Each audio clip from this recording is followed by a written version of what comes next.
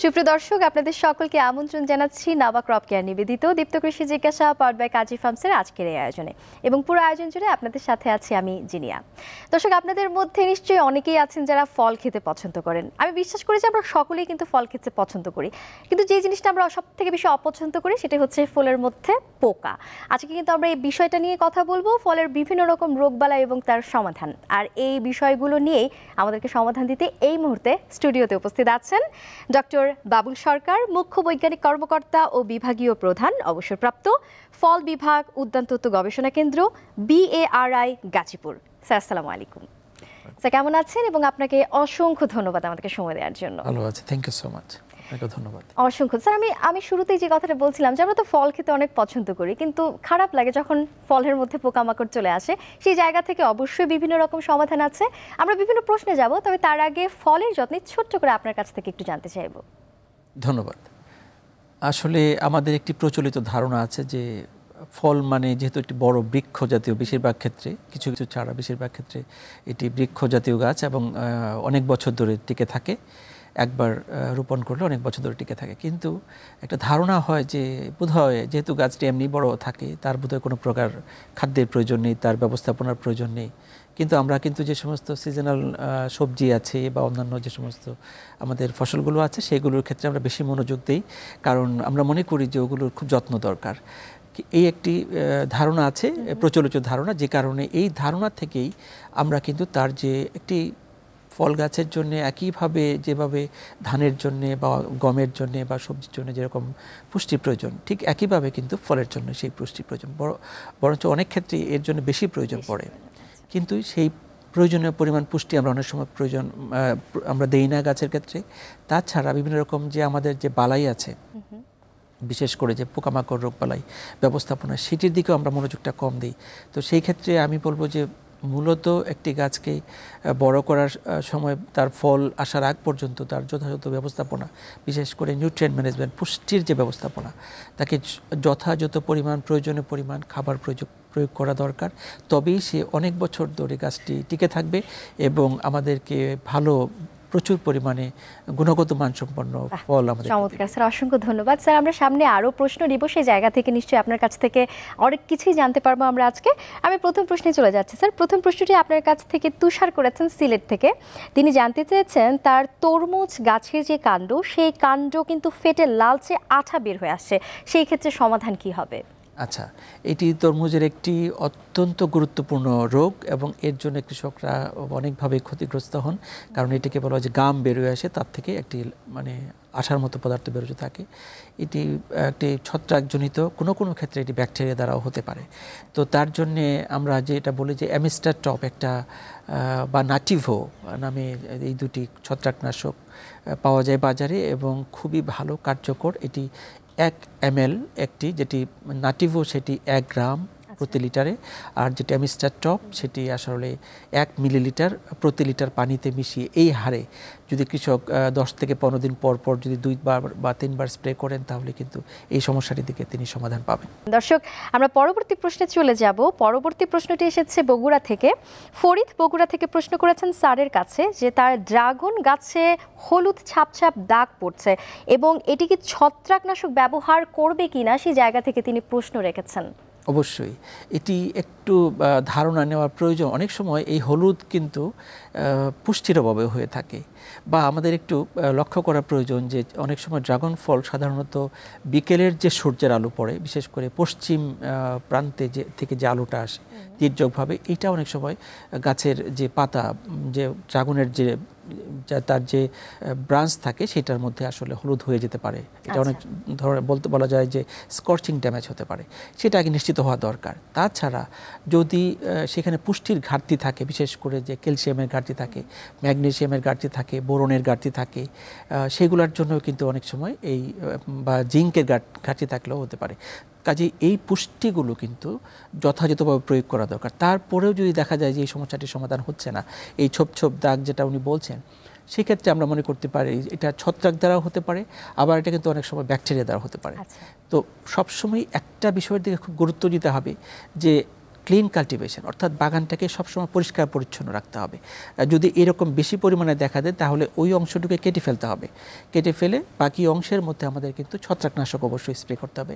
এবং সেই ক্ষেত্রে আমরা যেটা বলেছি যে ডাইথেনিয়াম 45 সাধারণত ভালো কাজ করে, যেটি বলা হয় ম্যানকোজেব গ্রুপের ছত্রাকনাশক, বা বেভিস্টিন। ম্যানকোজেব গ্রুপের ছত্রাকনাশক আমরা সাধারণত 2 গ্রাম পার লিটার দিতে বলি, আর যদি বেভিস্টিন কেউ দাও সেটাও 2 গ্রাম পার লিটার স্প্রে করলে, যদি 10 থেকে 15 দিন পর পর সেই 2-3 বার স্প্রে করে, তাহলে কিন্তু সেই ওই যে রোগটি আছে সেটা থেকে সে মুক্তি পেতে পারে। দর্শক, এই পর্যায়ে আমাদের কাছে কিন্তু একটি ভিডিও ক্লিপ এসেছে, আমরা সরাসরি চলে যাব সেই ভিডিও ক্লিপে। আমি আনার গাছ লাগাইছি, এখন ভালো ফল আসতেছে না, কি করলে ভালো ফল আসবে? অসংখ্য ধন্যবাদ। দর্শক, যেমনটি দেখছিলেন যে ক্লিপে তিনি বলেছেন যে কি করলে তার ফল বেশি আসবে, সেই জায়গা থেকে স্যারের কাছেই আমরা জানবো। স্যার, আপনি একটু ওনাকে সমাধানটা দিবেন যে কি করলে কোন উপায়ে আসলে তিনি বেশি করে ফল চাষ করতে পারবেন। আচ্ছা, আনার একটি আমাদের দেশে আমরা যেটা বলি ডালিম, এবং এটাই আসলে আনার হিসাবে পোমেগ্রেনেট ইংরেজিতে বলে, এটাকে পোমেগ্রেনেট বলে। তো এই ফলটার একটা বিশেষ বৈশিষ্ট্য হলো এর 3 ধরনের ফুল হয়। আচ্ছা, দেখা যায় বাইসেক্সুয়াল, অর্থাৎ উভয়লিঙ্গী ফুল থাকে, অর্থাৎ একই ফুলের মধ্যে একটি পুরুষ অঙ্গও থাকে, স্ত্রী অঙ্গও থাকে, দুইটাই অঙ্গ থাকে, অর্থাৎ সেটাকে বলা হয় বাইসেক্সুয়াল ফ্লাওয়ার বা উভয়লিঙ্গী ফুল। তো আরেকটি ফুল থাকে যেটির মধ্যে রুডিমেন্টারি থাকে, অর্থাৎ সেটা সংকুচিত থাকে, স্ত্রী অঙ্গটি, সেটি আসলে ফাংশনাল মেল হিসেবে কাজ করে, অর্থাৎ পুরুষ ফুল হিসেবে কাজ করে। তো এটা এক ধরনের ফুল। আবার আরেকটা একদম এক্সক্লুসিভলি, মানে সেটা হলো যে পুরুষ ফুল হিসেবেই কাজ করে। তো যদি গাছের মধ্যে কোনো কারণে সেগুলো হয় কি, অনেক সময় ওনারা বীজের গাছ রোপণ করেন, তো বীজের গাছ যখন রোপণ করা হয় তখন কিন্তু জাতের বিশুদ্ধতা থাকে না। সাধারণত এটা কাটিংয়ের মাধ্যমে করা হয়, মানে কলম করা হয়। আরেকটা হলো যে এটা অনেক সময় দেখা যায় যে তার কাটিং ছাড়াও লেয়ারিং, গুটি কলমও করা হয়। তো সেটা হলো ভালো একটা জাতের। প্রথমত আমি এই কৃষক ভাইকে বলবো, উৎস কোথা থেকে উনি গাছটি সংগ্রহ করেছেন, যদি সেটি ভালো জাতের না হয় সেটা কিন্তু তাকে ভালো ফল দিবে না কখনোই। সো আমি কৃষক ভাইদেরকে উদ্দেশ্য করে বলতে চাই, আপনারা যখন একটি বাগান করবেন, এটি একটি লং টার্ম ইনভেস্টমেন্ট, দীর্ঘ সময়ের জন্য, অবশ্যই প্রথমেই তাকে লক্ষ্য করতে হবে যে আমি কোথা থেকে একটি বিশ্বস্ত জায়গা থেকে, সরকারি নার্সারি হোক বা অন্যান্য বিশ্বস্ত নার্সারি থেকে এই জাতটি সংগ্রহ করতে হবে। তবেই কিন্তু উনি নিশ্চয়তা পাবেন যে উনি একটি ভালো জাত আছে, ভালো ফলন দিবে। তো অনেক সময় দেখা যায় যদি সেখানে বাইসেক্সুয়াল মানে উভয়লিঙ্গী ফুলের সংখ্যা যদি কম থাকে, তাহলে কিন্তু তার ফলের সংখ্যা কম হতে পারে। আমরা অনেক সময় করতে পারি কি, যে পরাগায়নটা যথাযথভাবে হচ্ছে না, এখানে বাম্বল বি নামে একটি বা হানি বি আছে যারা এই পরাগায়নটা করে থাকে। এদের পপুলেশন যদি, এদের সংখ্যা কম থাকে সেখানে, সেক্ষেত্রেও কিন্তু তার ফলন কমে যাবে। তাহলে সেই ক্ষেত্রে আমরা কি করতে পারি, ওই পুরুষ ফুলটা যখন প্রস্ফুটিত হবে সেখান থেকে আমরা একটি ব্রাশ দিয়ে, যদি ঠিক যেভাবে ড্রাগন ফুলে করা হয়, সেখান থেকে যদি পোলেনটা নিয়ে আমরা একটু মাথায়, পিস্টিলের মাথায়, অর্থাৎ যে স্ত্রী গর্ভকেশর যেটা, সেটা গর্ভমুণ্ডের মাথায় যদি আমরা লাগিয়ে দিতে পারি, সেটাও কিন্তু তার যে পরাগায়নে যেটা ফার্টিলাইজেশনে হেল্প করবে। দর্শক, আমরা তো বিভিন্ন মাধ্যমে প্রশ্ন পেয়ে থাকি, তবে এবার কিন্তু আমরা মেসেঞ্জারে আপনাদের প্রশ্ন পেয়েছি। মেসেঞ্জারে যে প্রশ্নটি পেয়েছি তার উত্তর দিতে কিন্তু এই মুহূর্তে আমাদের বিশেষজ্ঞ উপস্থিতি আছেন। আমরা চলে যাব সরাসরি প্রশ্নে। মেসেঞ্জারের মধ্য দিয়ে প্রথম যে প্রশ্নটি আমাদের কাছে এসেছে, মোহাম্মদ মনিরুল ফকির রাজশাহী থেকে জানতে চেয়েছেন, কোন জাতের কমলা বাংলাদেশে চাষ করলে লাভজনক এবং কিভাবে তা সংগ্রহ করব? বাংলাদেশে যে সমস্ত জাতগুলো পাওয়া যায় সেটার মধ্যে আমি বলবো বাংলাদেশ কৃষি গবেষণা ইনস্টিটিউটের উদ্যানতত্ত্ব গবেষণা কেন্দ্রের ফল বিভাগ, যেখানে আমি প্রায় 5 বছর প্রধান হিসেবে কাজ করে আসছি, আমরা 3টি জাত উদ্ভাবন করেছি। বাড়ি কমলা 1, বাড়ি কমলা 2, বাড়ি কমলা 3। তো এর মধ্যে বাড়ি কমলা 1 এবং বাড়ি কমলা 3 এই দুটি হলো বড় আকারের এবং তার মিষ্টি, তার কোয়ালিটি অত্যন্ত ভালো। আর বাড়ি কমলা 2 সেটি হলো যেটি চায়না কমলা বলে, মানে ছোট আকারের। তো আমরা যেহেতু চায়না থেকে ছোট আকারে কমলা আসছিল, সেই কারণে আমরা এই বাড়ি কমলা 2টিও মুক্তায়ন করেছি। তো আমি মনে করি যে এই 3টি জাতি ওনারা চাষ করতে পারেন। যদি বড় আকারের কমলা চাষ করতে চান, তাহলে উনি বাড়ি কমলা 3টাকে চাষ করতে পারেন। এবং তার চারার প্রাপ্যতা হিসেবে আমি বলবো যে এটি জৈন্তাপুর সিলেট সাইট্রাস গবেষণা কেন্দ্র, জৈন্তাপুর সিলেটে এর চারা বা কলম যেটাকে বলি সেটা পাওয়া যাবে। বা আমাদের যে গাজীপুর, যেটা আমাদের বাংলাদেশ কৃষি গবেষণা ইনস্টিটিউটের যেটি হেড অফিস রয়েছে, প্রধান কার্যালয়, সেখান থেকে ফল বিভাগ থেকে ওইটি সংগ্রহ করা যাবে। দর্শকের পর্যায়ে কিন্তু আমরা পরবর্তী প্রশ্নে চলে যাব। মেসেঞ্জারের মধ্যে পরবর্তী যে প্রশ্নটি করেছে, কবির হোসেন পিরোজপুর থেকে তার প্রশ্ন রেখেছেন। তিনি জানতে চেয়েছেন তার ডালিম গাছের কচি ফল কাল হয়ে শুকিয়ে ফেটে যায় এবং ঝরে যায়, সেক্ষেত্রে তিনি কি করবেন? ডালিম আমি আগেও বলেছিলাম যে এটা আসলে খুবই সেন্সিটিভ ক্রপ বাংলাদেশের জন্য। ফলের যে কালো হওয়ার কথা বললেন সেটি অনেক কারণে হয়ে থাকে। সেটি সার্কোস্পোরা নামে একটি ছত্রাকের কারণে হয়ে থাকে, সেটি অল্টারনেরিয়া নামে একটি ছত্রাকের জন্য হতে পারে। তাছাড়া এটি যেটি বলা হয় যে কোলিটোট্রিকাম গ্লোস্পোরিডিস নামে একটি ছত্রাকের কারণে হয়ে থাকে, অ্যানথ্রাকনোজ নামে একটি রোগ কালো কালো হয়ে থাকে। এছাড়া এটি কিন্তু ব্যাকটেরিয়ার কারণে হতে পারে। তো এই সমস্ত কারণের মধ্যে বেশিরভাগ ক্ষেত্রে ছত্রাকের জন্য হয়ে থাকে। তো সেই ক্ষেত্রে আমি যেটা বলবো যে ওনাদেরকে বেভিস্টিন 2 গ্রাম 1 লিটার পানিতে মিশিয়ে স্প্রে করার জন্য, তার সাথে অল্টারনেটিভলি 15 থেকে 20 দিন পরে উনি যদি ম্যানকুজেব গ্রুপের একটি ছত্রাকনাশক 2 গ্রাম 1 লিটার পানিতে মিশিয়ে স্প্রে করেন। এবার আমরা কিন্তু অন্য একটি মাধ্যমে প্রশ্ন নিব। আপনারা জানেন যে আমরা সামাজিক যোগাযোগ মাধ্যমে যেমন প্রশ্ন নিয়ে থাকি, মেইলের মাধ্যমেও প্রশ্ন নিয়ে থাকি, একই সাথে কিন্তু এক্সপার্টদের সাথে যারা কথা বলতে চান তাদের কাছ থেকে কিন্তু আমরা ফোন কলও নিয়ে থাকি। এ পর্যায়ে আমরা একটি ফোন কলে চলে যাব। দর্শক, এই মুহূর্তে আমাদের সাথে ফোন কলে কে যুক্ত আছেন? হ্যালো। আসসালামু আলাইকুম। ওয়ালাইকুম আসসালাম। ভাই, আপনার পরিচয়টা দিয়ে আপনার প্রশ্নটি করুন। আমি সাকিব শাহজিয়াদ আফসান চাইপার থেকে বলছি। আমি স্টুডেন্ট, পাশাপাশি একজন ক্ষুদ্র স্ট্রবেরি কাজ করছি। আচ্ছা, আমার প্রশ্নটা হচ্ছিল যে আসলে স্ট্রবেরিতে ছত্রাকের আক্রমণ বেশি এবং মাকড় আক্রমণ করে, আর হচ্ছে যে ফুলের সাথে যে পাপড়িটা বের হয় এই পাপড়িটা কালো হয়ে বের হয়, অর্থাৎ পুড়ে যাওয়ার মতো। আচ্ছা আচ্ছা, সেই ক্ষেত্রে কি আপনি সমাধান চাইছেন, তাই তো? জি জি। আচ্ছা, অসংখ্য ধন্যবাদ ভাই আপনার প্রশ্নের জন্য। স্যার, উনি যেমনটি বলছিলেন যে মাকড়ের কথা এবং ফুলের কথা, উনার এই সমাধানের ক্ষেত্রে আসলে কি করা যেতে পারে? স্ট্রবেরিতে এই ফলটি বাংলাদেশে প্রবর্তিত হয়েছে এবং সবচেয়ে যে সমস্যাটি কৃষকরা ফেস করে থাকেন যে তার স্টোরে মানে শেলফ লাইফটা খুব কম, মানে 2-3 দিন মাত্র থাকে। সবচেয়ে বড় সমস্যা যে কাণ্ড পচে এবং শিকড় পচা, কালো কালো হয়ে যায় পাতাগুলো, আস্তে আস্তে স্পট হয়, যেটা সার্কোস্পোরা লিপস্পটের মতো বলছিলাম যে ছোট ছোট দানাদার স্পট হয়, ছোট ছোট স্পট, আবার পুরাটা পাতাটা কালো হয়ে যায়, সেটা অ্যানথ্রাকনোজের কারণে হয়। তো এখন এই যে কালোটা হয় সেটা যদি আমাদের ছত্রাকের কারণে হয় তাহলে আমরা খুব লাকি, আমরা মনে করব যে আমাদের এটা কন্ট্রোল মেজার আছে। তো সেই ক্ষেত্রে একইভাবে আমি বলবো যে কার্বেন্ডাজিম গ্রুপের ওষুধ, যেমন বাজারে বোধহয় এখন ওকিস্টিম পাওয়া যায় এবং বা বেভিস্টিন জাতীয় যে ছত্রাকনাশক যেটা পাওয়া যায়, এটার মেইন অ্যাক্টিভ ইনগ্রিডিয়েন্ট হলো কার্বেন্ডাজিম গ্রুপের। এই ওষুধটা 2 গ্রাম 1 লিটার পানিতে মিশিয়ে স্প্রে করবে।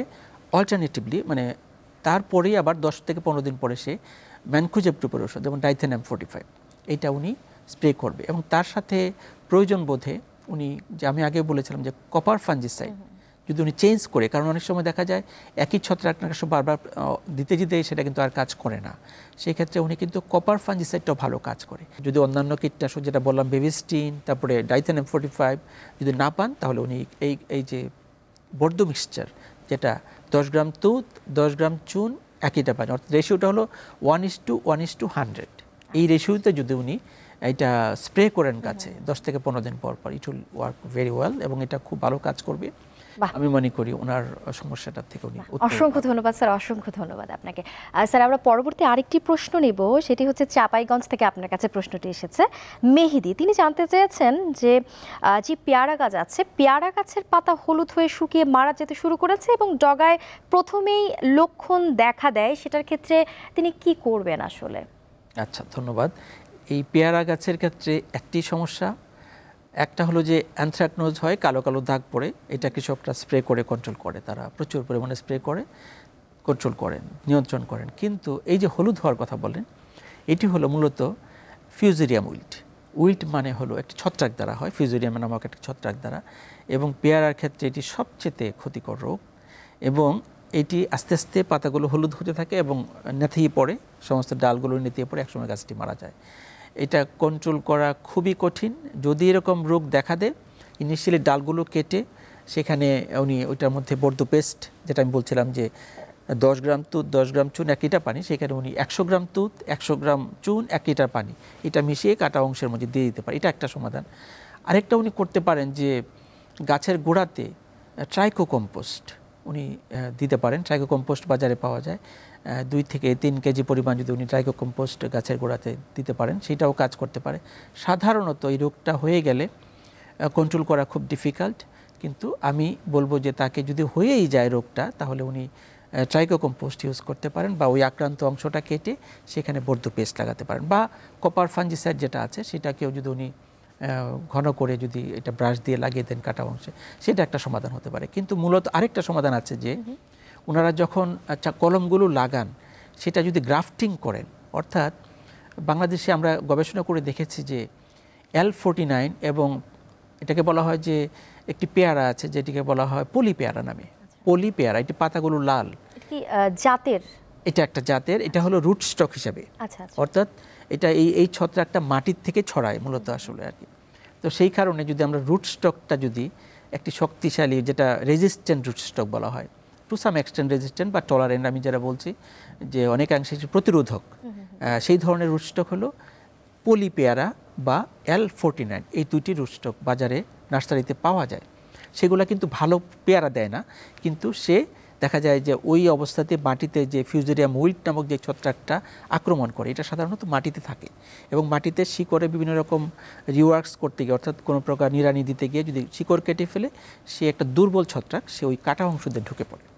সেই জন্যে যদি আমরা ওই L49 বা আমরা যদি ওই যেটা বললাম যে পলি পেয়ারা, এর উপরে যদি আমার ভালো জাতটিকে, যেগুলো আমরা সাধারণত গুটি কলম করি, সেটা না করে যদি কলম করি, সুন্দর করে গ্রাফটিং করা যায়। এবং পেয়ারার ক্ষেত্রে গ্রাফটিং খুব সাকসেসফুল।